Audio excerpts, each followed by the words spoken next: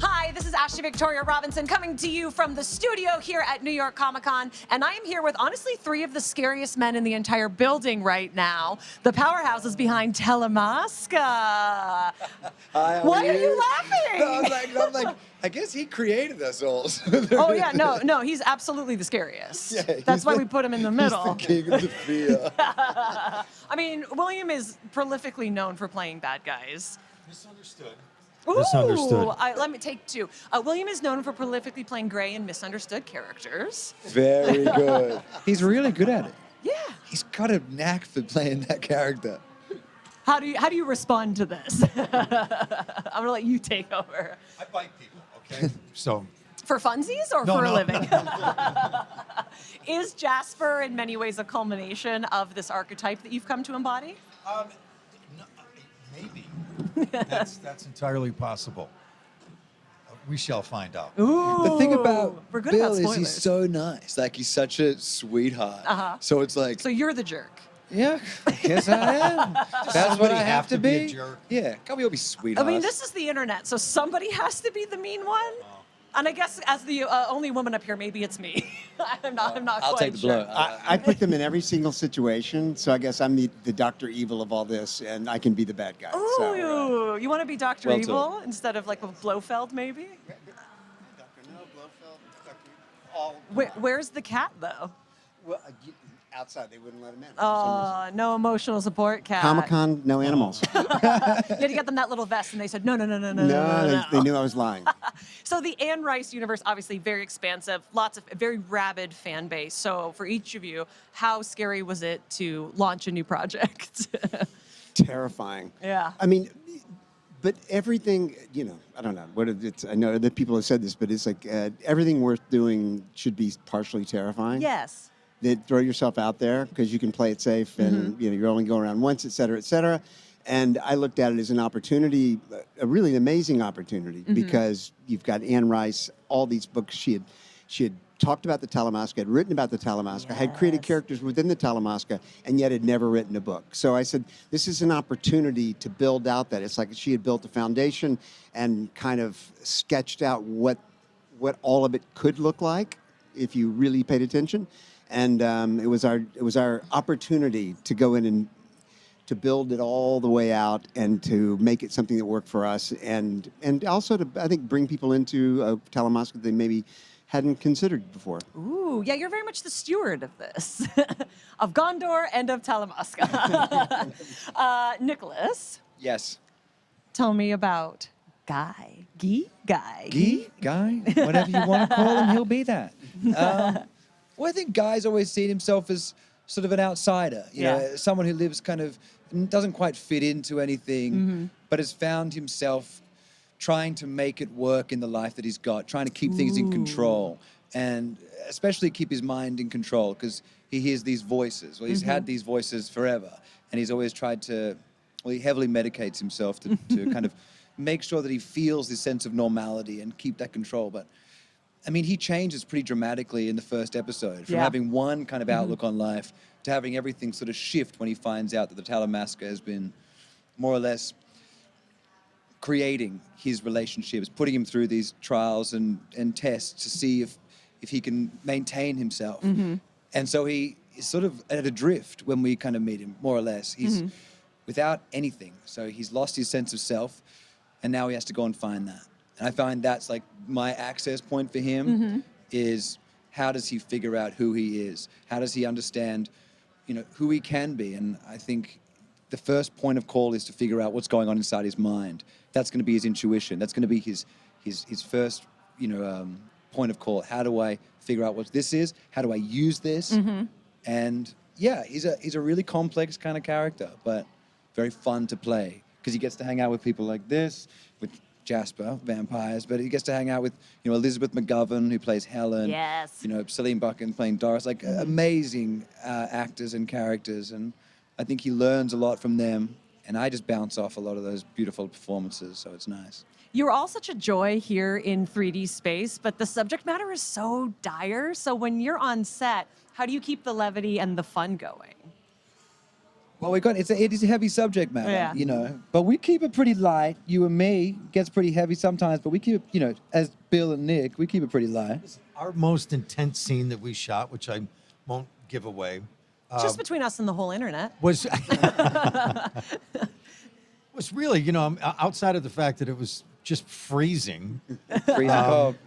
freezing, 3 in the on morning. a cement floor in a garage. But you know, it's me and you hanging out late at night working on this thing, enjoying every minute since we got there. Right.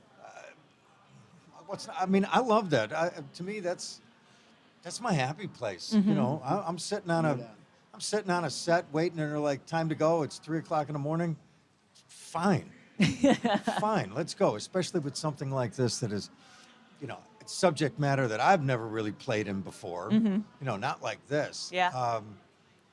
There's nothing about it that I truly did not find really enjoyable. I love that. That's so Yeah. beautiful. No, it's No, true. You're that's like, I'm playing a fantastic. cold-blooded It's killer and I'm having absolutely a true. lovely time. When you go to, are you on set often? Or are you too busy big braining everything? I directed the first 2 episodes and then stayed over there and was in editorial Yes. and then would be, as a producer on it, would be coming back and forth between editorial and the set. And Do you get to have this hanging amount out. of fun? I do. You know what? Every bit of it was fun. I would say that yes, we knew that there was a serious, dramatic tone some days to set in terms of the story we had laid out. But I have to say, if anything, it was everybody got along so well and was having so much fun and so dedicated to it that it was like, okay, guys, okay, let's focus. We have this, you know, and then you'd fall Yeah. into it. But it was an amazing time. It was truly because I basically had just come from movies. Yeah. I'm a movie guy. So to have, We know. Fortunately, Prolific. well, maybe other movies. We'll see. But having this thing that just kept going on and on and on, and then other talented directors coming in and being able to come and watch their sets, it was fantastic. It was fun. So I have a deep, hard-hitting either-or question for everybody here. Are we team vampire or team witch? I feel like that is the eternal battle in the world of Anne Rice. Who's That's the answer's That's pretty clear to cheeky, that man. one. Come on, let's just call it the way it is. Don't make me get my fangs out. Did you have real fangs? Did you wear real fangs at any point?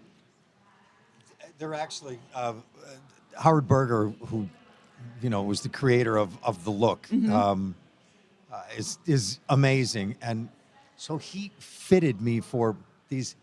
I don't have to wear like a whole bridge or anything. They just fit on your eye teeth. Yeah.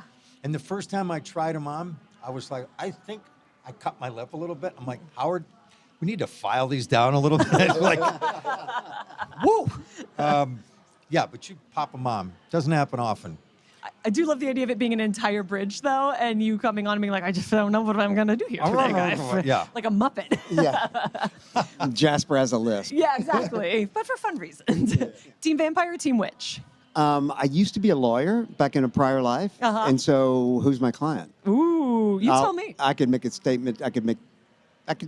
Spin I would, it. I would say Spin right. it. I would say right now, based on what we've just gone through, and really, really leaning into the humanity of vampires, the loneliness of vampires, and getting What a beyond, good getting phrase. beyond the kind of I'm Count Dracula kind of thing, and say no, it's a caste system, and you've got people from all walks of life who happen to be vampires, and they have some of the same human sentiments and feelings as we have, and so being and having to lean into some of those from a story standpoint, I do find myself feeling bad for vampires, so I'll go team vampire for now. But you know, Well, I'm gonna Nicholas? I mean, I I'm get to- listening. How don't wanna far be in- can you reach? 3 o'clock in the morning. Don't forget about your- in Manchester on that concrete floor. I don't want to. I got to protect myself. You're like, how good is my health insurance? So I'm going to sound very diplomatic here, but I am actually kind of in both camps because I experienced both those kind of immortal beings Yeah. throughout this, and I get to kind of understand them in a lot more depth than probably anybody else does in the program. So. what would Frankie say about that? I don't know, man. The witches, everything. But it's just like I'm gonna say I'm in the middle. All right. I love them. I love them both, and I hate them both. And we only thought we had one lawyer up here today. Yeah, I know. I've been. I was more cynical, but I said, "Who's paying me?" Yeah, exactly. I mean, but that's what the real lawyer that's what real lawyers would say. If you were to describe the show for somebody who hasn't been so lucky as to get the screeners, how would you do so in 3 words or less? Because that's harder to hit a spoiler that way. Yeah. Oh, I got 3. Okay, go. Okay, messy, psychological, emotional. Ooh, you should Messy, write psychological, a emotional. future season. That was Yeah, very, I very wouldn't mind well writing done. that future season. Who else is brave enough to give me 3 words? Do, do, do, do. We can't license that much music. Come on, showrunner, no pressure. I mean, I don't know if I can come up with 3, but I'll say 1 would be hopefully unexpected. Definitely. It's a William. good one. It's a good one. I know you got it. What you got? I don't have anything right now. I've got another one for you. Heck So yeah. I would say heartbreaking, Ooh, which definitely. you don't. I don't think you. A lot of times. Heartbreak is absolutely really good. Yeah, because That's- you don't see a whole lot of that in terms of the supernatural world and vampires and those guys. It's like I think that there are elements of this that are truly moving and heartbreaking. I think, you know, I mean, now that you say the word, it's like, what an awesome fit, because so many characters in this, you know, organically experience heartbreak. Yeah. Like all of us. But that was when I spoke to Mark Lafferty and John Lee before we even really got into all of this.